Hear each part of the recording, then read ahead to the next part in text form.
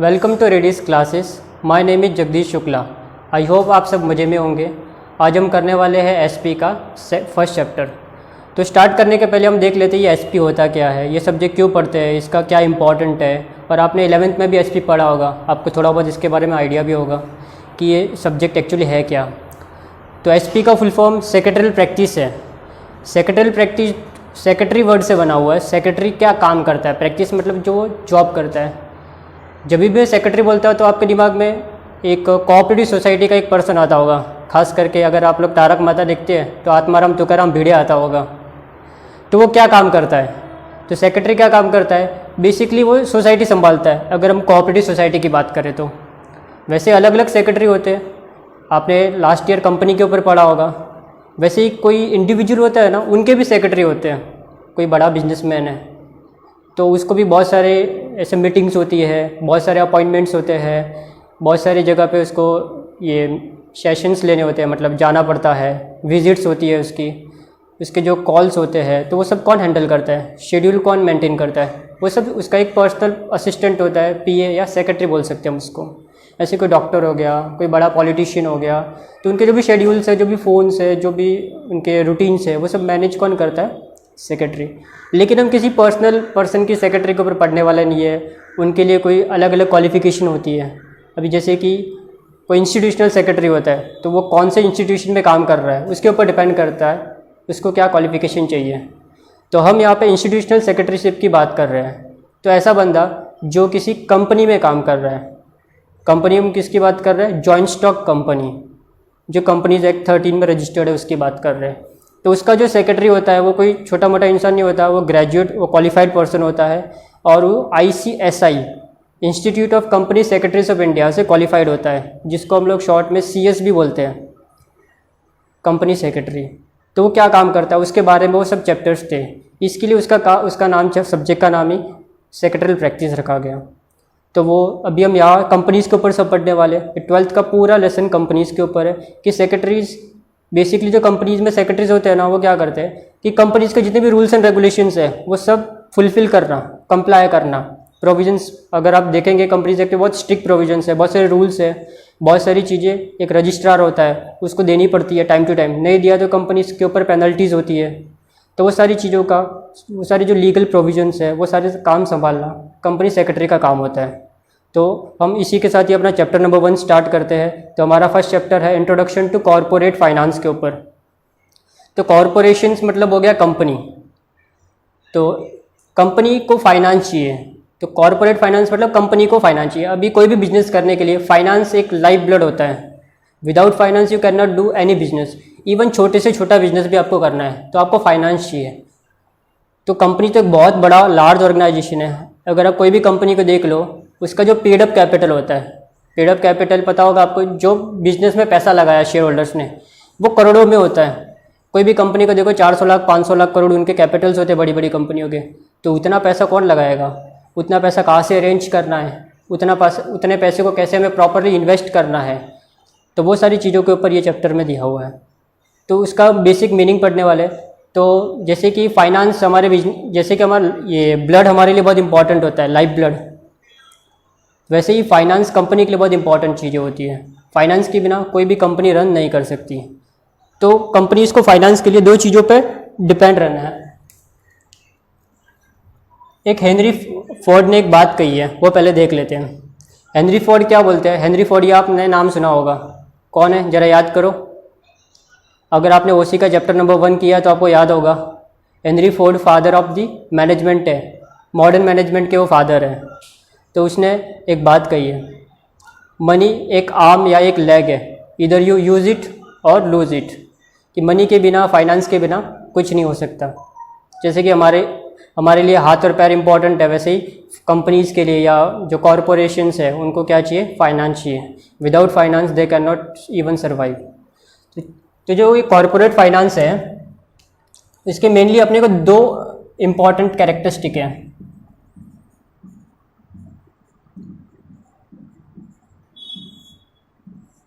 कि एक तो पैसा कहाँ से लाना है मतलब जमा करना है।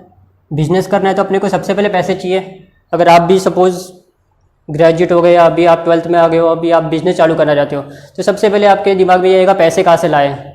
मम्मी से ले, पापा से ले, फ्रेंड से ले, अंकल से ले, कहाँ से ले, रिलेटिव से ले, बैंक से लोन उठाए।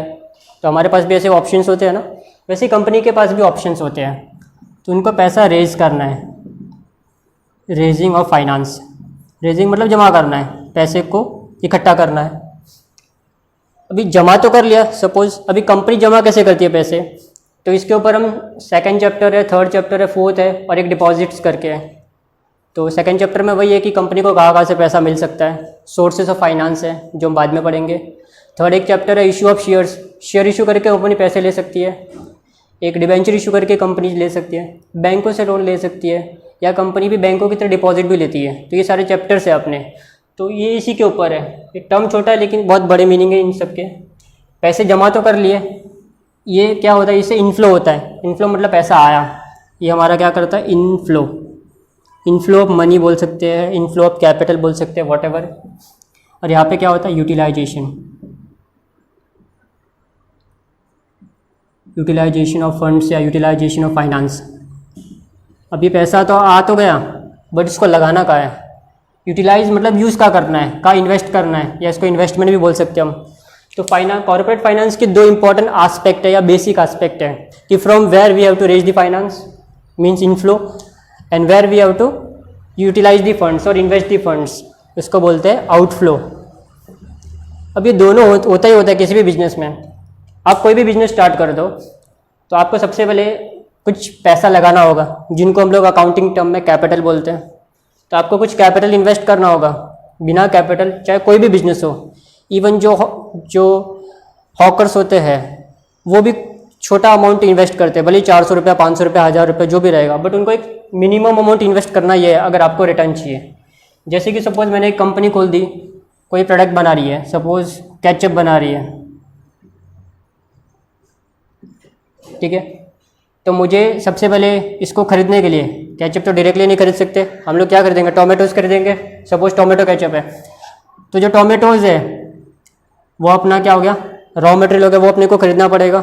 तो इसके लिए अपने को पैसे चाहिए कि नहीं, तो वो खरीदा, फिर इसको प्रोसेस करेंगे हम, इसको बनाने के लिए फिर लोग रखेंगे, लेबर, उनको पैसे देंगे। इनको बनाने के लिए कोई मशीन चाहिए तो मशीन का पैसा लगेगा। रॉ मटेरियल, इसको रॉ मटेरियल बोलते हैं हम लोग बेसिकली, तो रॉ मटेरियल खरीदने का पैसा लगेगा। तो जो यूटिलाइजेशन मेनली इकोनॉमिक्स टर्म में देखें तो 4 होते हैं। एक खर्चा होता है रेंट का, या हम इसको बेसिकली लैंड बोल सकते हैं इकोनॉमिक्स में। एक लैंड, एक लेबर, एक कैपिटल और एक एंटरप्रेन्योर, 3-4 होते ही है। तो अपने को ये पैसे से कंपनी बहुत सारे खर्चे करेगी, जैसे कि रेंट पे करेगी। अगर ज़मीन कंपनी कॉरपोरेट्स बहुत सारे लीज पे चलती है, वो खुद का इतना बड़ा इन्वेस्टमेंट नहीं करती जगह के ऊपर फालतू में, तो वो लोग क्या करते हैं, भाड़े पे जगह लेते हैं, लीज पे लेते हैं, तो उसका खर्चा। उनके यहाँ पे लाखों लोग काम कर रहे हैं, तो उनकी पगार, उनकी सैलरी देनी होती है। वहाँ पे इलेक्ट्रिसिटी बिल्स आते हैं तो उनको पे करना है, मशीन खरीदना है, तो वो सब उनका यूटिलाइजेशन है फाइनेंस का। तो हम लोग आगे देखते हैं कि फाइनेंस मिनिस्टर क्या काम करता है। तो चलिए हम देखते हैं अभी फाइनेंस मैनेजर क्या काम करता है। कंपनीज़ का जो मैनेजमेंट का फंक्शन, ये आपने देखा होगा प्रिंसिपल्स, हेनरी फोर्ड ने जो दिया हुआ है, हेनरी फ्यूल ने दिया हुआ है कि इसमें एक फंक्शन है डिवीज़न ऑफ लेबर का। तो कंपनीज़ में भी जो काम होता है ना, जो लेबर है वो बांटा गया है। तो अलग अलग काम के लिए अलग अलग मैनेजर्स रखे हैं। तो अलग अलग काम के लिए अलग अलग लोगों को रखा गया है, मैनेजर्स को रखा गया है। मैनेजर्स क्या काम करते हैं आप जानते हैं, मैनेज करते हैं। तो फाइनेंस का काम कि भाई पैसे जमा करने, जो हमने फर्स्ट पार्ट में देखा था इसके आगे, कि रेज करना फंड्स को और उसको यूटिलाइज़ करना, ये 2 काम होते हैं मेन इनके। तो फाइनेंस मैनेजर का यही काम है कि पहले फाइनेंस को रेज करना है, और सबसे पहला काम क्या है उसका, एडुकेट फाइनेंस मेंटेन करना है। एडुकेट फाइनेंस क्या होता है, सफिशिएंट। अभी कंपनी में सपोज 10 लाख की जरूरत है तो ऑलवेज 10 लाख होना ही चाहिए। ऐसा नहीं कि 10 लाख से कम नहीं होना चाहिए, 10 लाख से ज़्यादा भी नहीं होना चाहिए। कोई फ्री में तो पैसे देता नहीं है कि भाई जो 10 लाख की जरूरत है और बैंक से जाके 20 लाख का लोन लेके आया, तो 10 लाख के ऊपर तो एक्स्ट्रा इंटरेस्ट भरना ही पड़ेगा ना अपने को। तो अपने को उतने ही पैसे रेज करने जितनी ज़रूरत है, ना उससे कम होगा तो भी इश्यूज़, कंपनी काम नहीं कर पाएगी प्रॉपरली स्मूथली, अपने एक्सपेंसेस नहीं कर पाएगी, इन्वेस्टमेंट नहीं कर पाएगी, जिस पर्पज़ के लिए लिया वो फुलफिल ही नहीं होगा, और ज़्यादा होगा तो भी इश्यूज़। तो हमेशा राइट फाइनेंस होना चाहिए, इसका मतलब न कम ना ज़्यादा। फिर सेकंड पॉइंट क्या है, राइट सोर्स ऑफ फंड्स। अभी फाइनेंस जमा करना है तो कंपनी के पास बहुत सारे ऑप्शंस हैं। जैसे कि मैंने बताया था आपको बिजनेस करना है तो आपके पास बहुत सारे ऑप्शंस हैं, वैसे ही सेम वे कंपनीज के पास लॉट्स ऑफ ऑप्शंस हैं। जैसे कि कंपनी शेयर्स इशू कर सकती है, सबसे बेस्ट। तो मेनली इसके इसमें जो मेनली दो सोर्स क्या होते हैं, सोर्सेज ऑफ फंड्स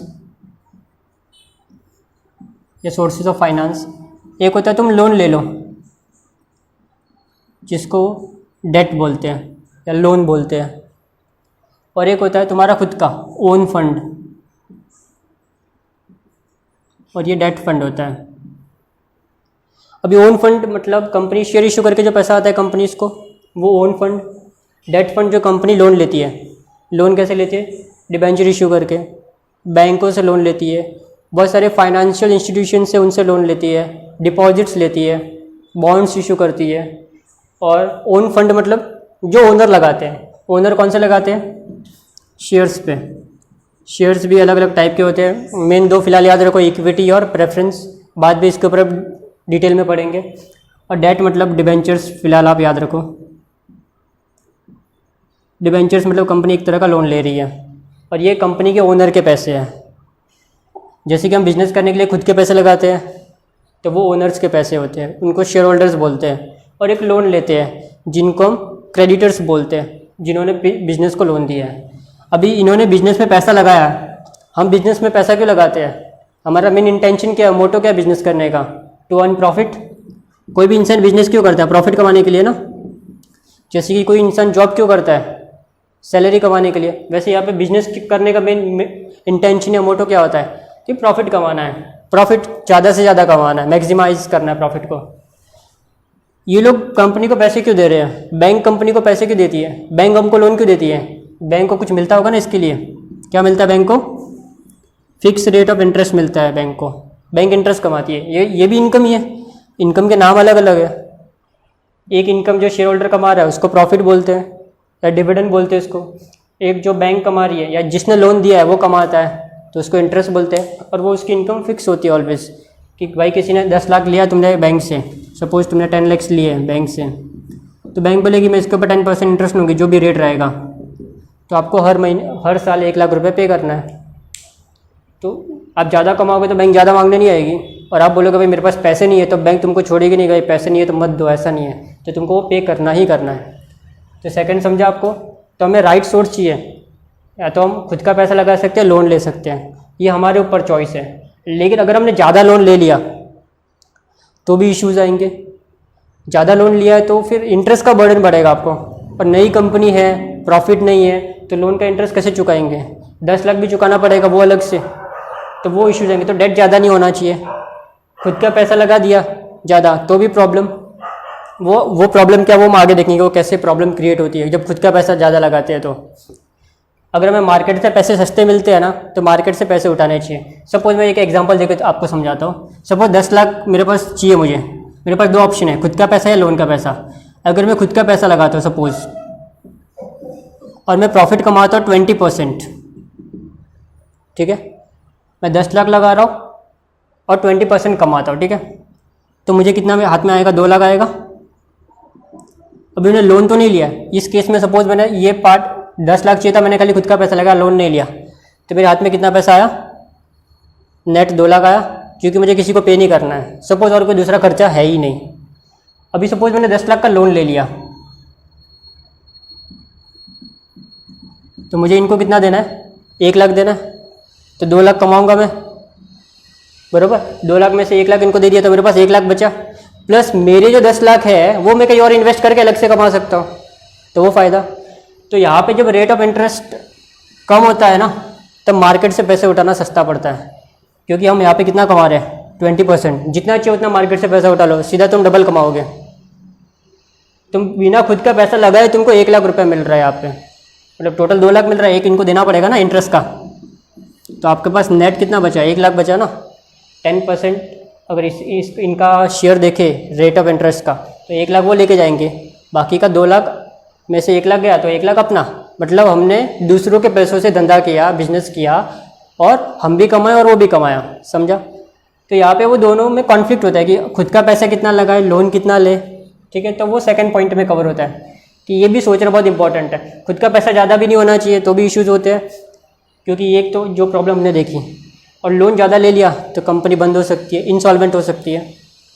तो नेक्स्ट है यूटिलाइज रेज फंड इफेक्टिवली।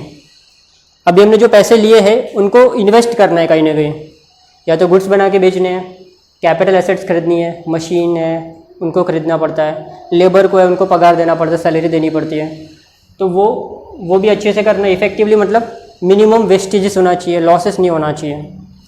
और जो भी इंटरेस्ट भी ले रहे हैं, लोन भी ले रहे हैं, तो कम से कम सस्ता से सस्ता लोन कहाँ मिलता है, मतलब विदाउट हैवी बर्डन, कंपनी के ऊपर ज़्यादा बर्डन नहीं आएगा। और ओनर को मैक्सिमम रिटर्न मिलना चाहिए। अभी ओनर मतलब ये जो शेयर होल्डर्स है, ये वाले जिसने कंपनी के शेयर कर दिए, क्योंकि अल्टीमेटली कंपनीज किसके लिए काम कर रही है, कंपनीज किसका फ़ायदा चाहती है, ओनर्स का। Owners means share holders. तो उनको फ़ायदा कब होगा, जब नुकसान लॉसेस कम से कम होंगे, तब वो मैक्सिमम रिटर्न्स कमाएंगे ना। तो ओनर्स को कैसे मैक्सिमम इनकम मिल सकती है, तो ये फाइनेंस मैनेजर को देखना है। तो पैसे ऑलवेज सफिशिएंट होने चाहिए, पैसे कहाँ से रेज करने हैं, कौन से बेटर सोर्सेज से कंपनी के लिए, बहुत सारे ऑप्शंस होंगे, तो इसमें से बेस्ट कौन सा है वो चूज़ करना है। फिर उनको कैसे यूज़ करना है, फंड्स को कहाँ पे इन्वेस्ट करना है, ताकि ओनर्स का फ़ायदा क्या हो, मैक्सिमम हो। चलिए अब नेक्स्ट पॉइंट देखते हैं। तो हम चलिए देखते हैं कि फाइनेंस का इम्पोर्टेंस क्या है। इम्पोर्टेंस मतलब इसकी ज़रूरत क्यों है, इसका सिग्निफिकेंस भी बोल सकते हैं। ये भी इंपॉर्टेंट क्वेश्चन से आपके एग्जाम में आ सकता है शॉर्ट नोट के लिए, कि what are the importance of corporate finance, या व्हाट आर द सिग्निफिकेंस भी बोल सकते हैं उसको।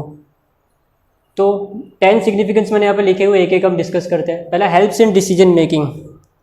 अब ये डिसीजन मेकिंग में हेल्प करेगा आपकी, कैसे, जैसे कि सपोज आप कहीं बाहर घूमने जाते हो, आपको कोई शॉपिंग करनी है, कुछ लेना है, तो किसके ऊपर डिपेंड कर रहा है, आपकी फाइनेंस के ऊपर। आपके पास कितने पैसे, उसके ऊपर आप खर्चे भी करेंगे। तो कंपनीज को भी जब बिजनेस करना है तो वो देखेगी उसके पास फाइनेंस कितना है, या कितना वो फाइनेंस रेज कर सकती है। जितना ज़्यादा फाइनेंस होगा ना, उतनी बड़ी कंपनी खोल सकते हो आप। अगर आपको कोई 10,000 रुपीज़ दे तो आप बहुत बड़ी कंपनी खोल सकते हैं क्या उससे? ऑफकोर्स नहीं खोल सकते। तो डिसीजन मेकिंग में कैसे हमारी हेल्प करेगा, हम बहुत सारे डिसीजंस लेने तो डे टू डे, कि कंपनीज़ को कैपिटल कितना रेज करना है, तो कंपनीज़ को कैपिटल कितना रेज किया, उसके हिसाब से कितना वो इन्वेस्टमेंट कर सकती है, कितने बड़े बिजनेस कर सकती है। तो इसको जो डिसीजन लेना है कि ये जो बिजनेस में इसको इन्वेस्ट करना है, कभी कभी बिजनेस करने के लिए बहुत सारे ऑल्टरनेटिव्स होंगे अपने पास, कि सेकंड बिजनेस में डाले, फर्स्ट में डाले, थर्ड में डाले, फोर्थ में डाले, कौन से बिजनेस में इन्वेस्ट करना है। तो वो बिजनेस उसको चूज़ करना है कि बेस्ट बिजनेस कौन सा उसके लिए है, कि वो ज़्यादा प्रॉफिटेबल है, ज़्यादा वायबल भी है। ऐसा नहीं कि हमने एक बिज़नेस स्टार्ट किया और वो 4 साल में बंद हो गया, ऐसे बिजनेस में इन्वेस्ट नहीं करना चाहिए। तो कौन सा बिजनेस करें, ऐसा जिसकी लाइफ बहुत परपेचुअल हो, लंबी हो, लॉन्ग लास्टिंग हो। तो वो बिजनेस हमें कैसे कर सकते हैं, फाइनेंस से। फाइनेंस अपने को हेल्प करता है वो डिसीजन लेने में। तो सेकंड पॉइंट क्या है, helps in raising capital for a project. हमको कोई बिजनेस करना है, आपके पास एक भी पैसा नहीं है, लेकिन तो भी आप बड़े कैपिटल्स रेज करके बिजनेस कर सकते हो, शेयर इशू करके। अगर सपोज़ मैं एक छोटा सा एग्जांपल दूँ कि आपने एक कंपनी खोल दी, ठीक है, और आपको हर एक पर्सन, अगर इंडिया में सपोज़ आपने शेयर इशू कर दिया पूरे इंडिया में, और हर एक इंसान ने 1 रुपये लगा दिया आपके प्रोजेक्ट में, अगर सब 1-1 रुपये भी लगा दे तो आपके पास 135 करोड़ जमा हो जाते हैं। एक छोटा सा अमाउंट है, 1 रुपये कोई भी लगा सकता है, लेकिन ये कितना बड़ा सेविंग क्रिएट करता है, कितना बड़ा पूल क्रिएट करता है। तो वैसे ही ये जो शेयर मार्केट है, वैसे ही शेयर इशू करके हम बहुत सारे पैसे रेज कर सकते हैं। तो ये हमारा हेल्प करता है किसी भी प्रोजेक्ट के लिए पैसे जमा करने के लिए। तो थर्ड पॉइंट देखते हैं, helps in research and development. Companies बहुत सारी रिसर्च करती रहती है, जैसे कि अभी करंट सिचुएशन में आप देखोगे कोरोना वायरस का, तो बहुत सारी फार्मास्यूटिकल्स कंपनीज़ हैं जो अभी बहुत सारा इन्वेस्टमेंट कर रही है रिसर्च करने में, कि ऐसी मेडिसिन बनाए जिससे जो पेशेंट्स है जल्दी से जल्दी रिकवर हो जाए। तो उसमें बहुत सारी इन्वेस्टमेंट करना पड़ता है, खर्चा करना पड़ता है, और इसके जो रिजल्ट है वो मेडिसिन सक्सेसफुल हुआ तो ही मिलेगा आपको, अदरवाइज़ आपका जो भी इन्वेस्टमेंट है वो सब वेस्ट हो गया। तो ये सब रिसर्च करने के लिए पैसे कौन देता है, कॉर्पोरेट फाइनेंस, कि हम बहुत सारे रिसर्च कर सकते हैं और नए नए प्रोडक्ट डेवलप कर सकते हैं। मेडिसिन नहीं, बहुत सारी कंपनियां ऐसे रिसर्च करती रहती है, जैसे कि आप ऑटोमोबाइल्स में देख लो, नई नई कार हर साल आती रहती है।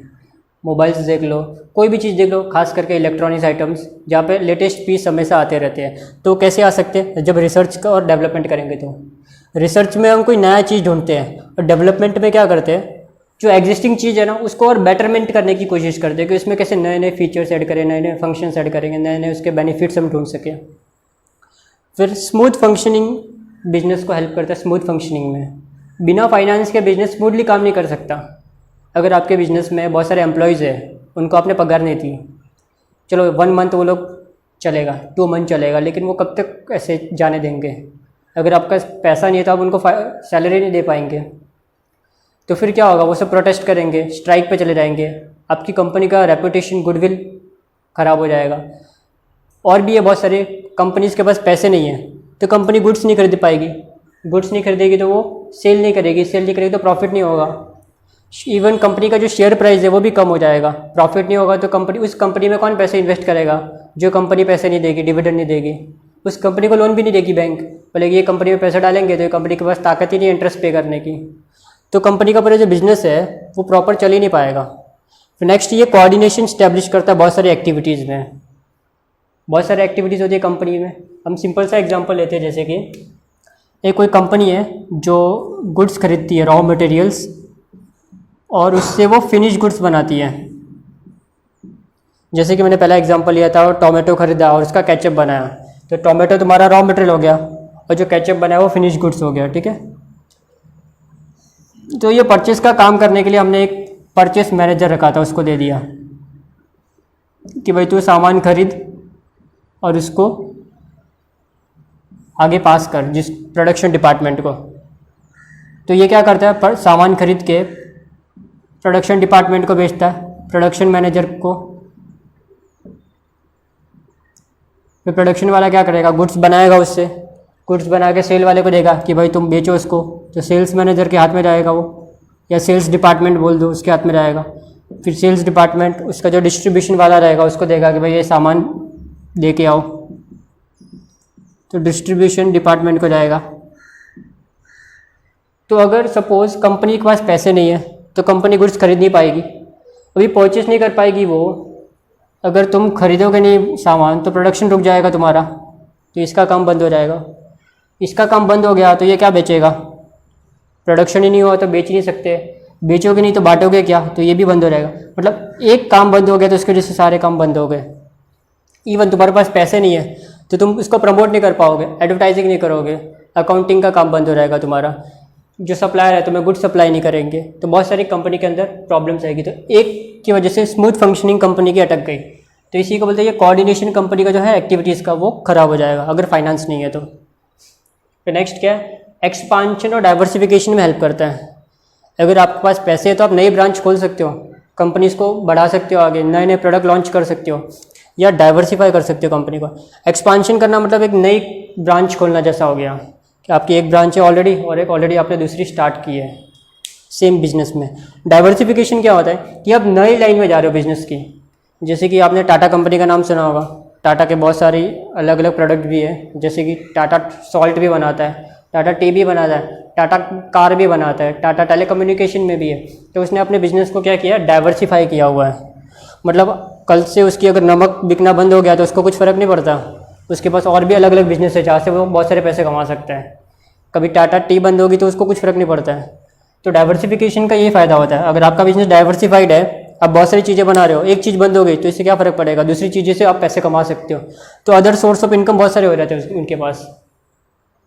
फिर मैनेजिंग रिस्क, तो रिस्क मैनेज करने का एक तरीका है डाइवर्सिफिकेशन, जो ऑलरेडी हमने यहाँ पे डिस्कस भी किया है। तो कंपनी को रिस्क मैनेज करने में भी फाइनेंस हेल्प करता है। सपोज अभी जैसे कि अभी ये कोविड-19 चल रहा है तो बहुत सारे बिजनेसेस लॉसेस में चल रहे हैं, तो भी वो लॉसेस में कैसे अपने आप को सर्वाइव कर सकते हैं, अपने आप को बनाए रख सकते हैं, तो फाइनेंस की मदद से।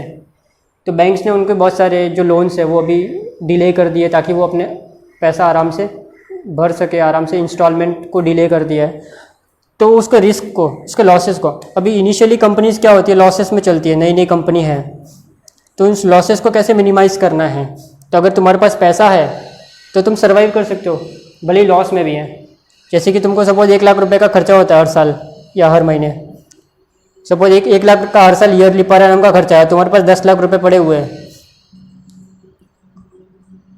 तो तुम 10 साल तक बिना प्रॉफिट के भी बिजनेस कर सकते हो। तो 1 लाख इंटू 10 करोगे तो 10 लाख आ गया। तो वो रिस्क कैसे मैनेज करता है? अगर तुम्हारे पास पैसे नहीं है तो तुम लॉसेस में सर्वाइव भी नहीं कर पाओगे। फिर नेक्स्ट है रिप्लेस ओल्ड एसेट्स। एसेट्स आप सब जानते हैं, जैसे कि प्लांट एंड मशीनरी ले लो, फर्नीचर ले लो, बिल्डिंग ले लो, कुछ भी ले लो। तो कंपनी इसको बिजनेस करने के लिए ना एसेट्स चाहिए। कंपनी को बिजनेस करने के लिए ना एसेट्स चाहिए। जैसे कि ये टोमेटो, मैंने एग्जांपल लिया, टोमेटो से केचप बना रही है कंपनी, तो केचप बनाने के लिए उसको कुछ मशीन्स भी चाहिए रहेगी, तो उसको इन्वेस्टमेंट करना पड़ेगा। और वो मशीन की एक लाइफ होती है, ऐसा नहीं कि एक बार मशीन लिया तो वो सालों साल चलती रहेगी। वो डेप्रिशिएबल एसेट है, हो सकता है 2 साल, 10 साल, 15 साल, जो भी उसकी एक लाइफ रहेगी। सपोज एक मशीन लिया, उसकी लाइफ है 10 ईयर्स, तो 10 साल तक चलेगी।